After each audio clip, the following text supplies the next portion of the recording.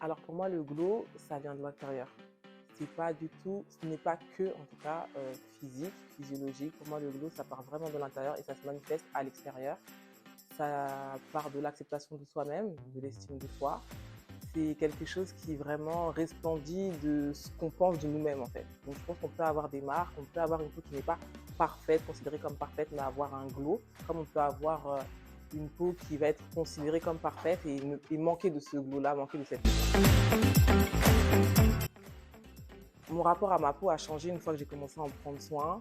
J'ai délaissé petit à petit le maquillage que j'utilisais pour camoufler, pas juste comme une envie, mais vraiment comme un besoin.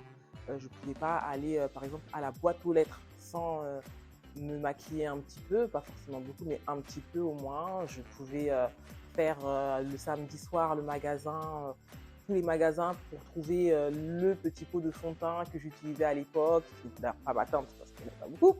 Mais à partir du moment où j'ai pris conscience de ce qu'était vraiment ma peau et tout un organe, j'ai compris aussi que ma peau, elle n'est pas figée. Le fait d'être noir, c'est figé, c'est fixe et ça ne bougera pas. Mais par contre, les marques résiduelles, les petits boutons, ça va, ça vient, ça se soigne, c'est un état, ça tourne et ça fait que finalement, je m'attache moins à les regarder dans le miroir en fait. Je m'en détache et puis je, je n'ai jamais pensé à me blanchir la peau. J'ai vraiment toujours apprécié ma peau, peu importe l'état dans lequel elle était, peu importe les marques que j'avais, les boutons que j'avais.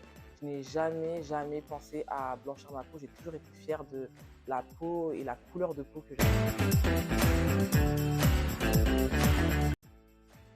Je suis une femme, je suis noire, je suis voilée. On peut très clairement considérer que je porte 3 handicaps dans le monde de l'emploi en France. Mais pour autant, encore une fois, je ne considère pas avoir eu des freins à cause des deux combinés.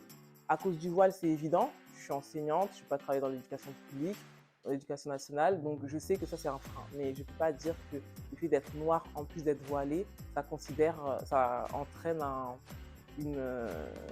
frein en fait, que ça entraîne.